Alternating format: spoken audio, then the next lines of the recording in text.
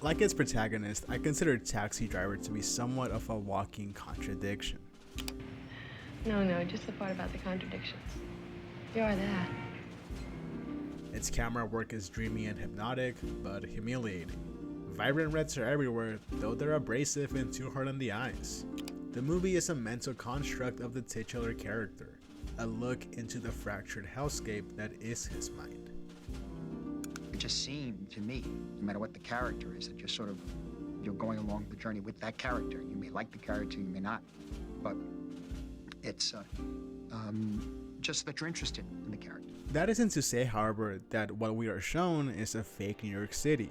While some may consider this depiction as nightmarish, I see it as oozing authenticity above all else. Take for example, this shot, the one that concludes the climactic shootout.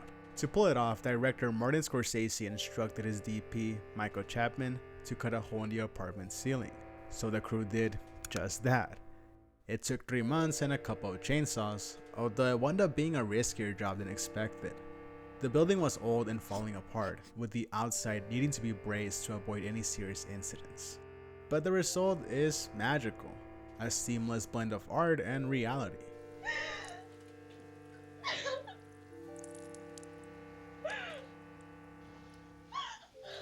In her book, Cinematic Overtures, How to Read Opening Scenes, Annette Instorff labels the images of the film as NeonRealism, an electric rendering that captures the 42nd Street of New York City.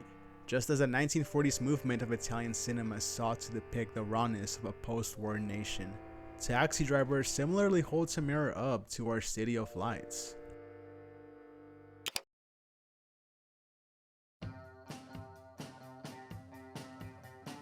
Shooting began in the summer of 1975 during a vicious heatwave and sanitation workers' strike.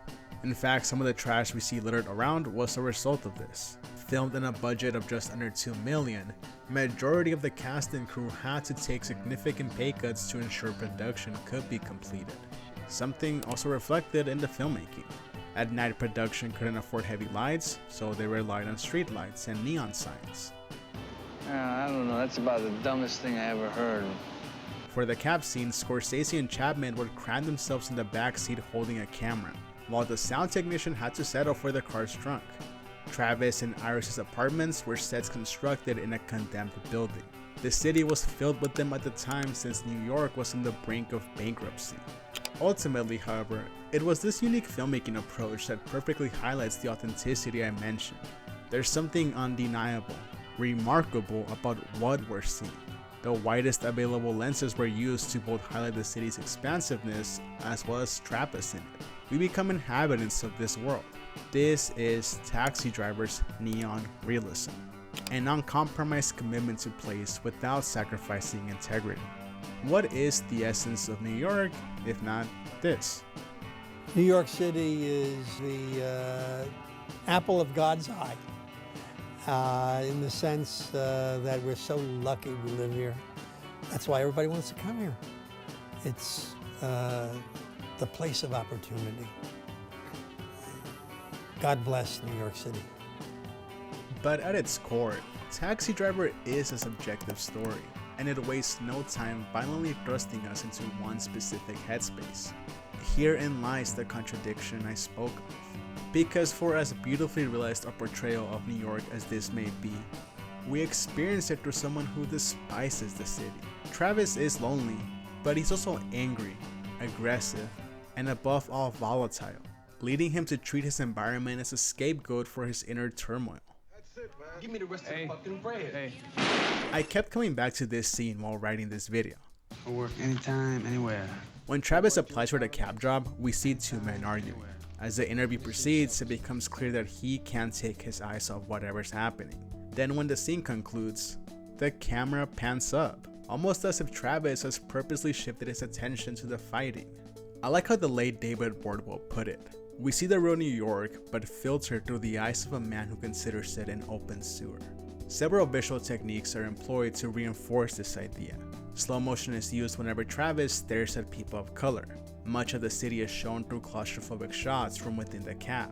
The edit will randomly repeat itself, showcasing our driver's deteriorating mental health.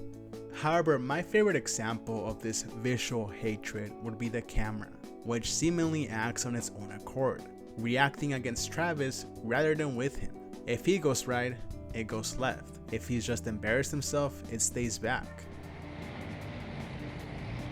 I found this moment particularly memorable.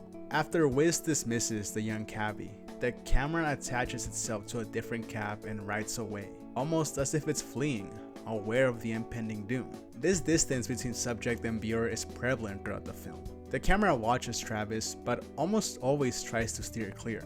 In fact, it also goes out of its way to separate him from others. What I tried to do was really isolate him. I tried to isolate him from other people, with everybody around him completely soft focused like a sea. He's floating through a sea, and he's kind of floating through the city. Travis is often shot in single frame, with the screen all to himself. When he is in a crowded setting, he's off to the side, and if he's with a group, the others take priority, like right here at the diner. The other men are put front and center, while Travis is blurred out, occupying either the foreground or the background. Arguably the biggest indicator of this visual subjectivity, however, is none other than the opening of the film. A literal POV shot, we see the rain-soaked streets through Travis's eyes. Yet, it's different. Very different. This is Travis's neon realism. I stand by what I said at the start. This New York isn't a nightmare, but it is Travis who has turned it into his living hell.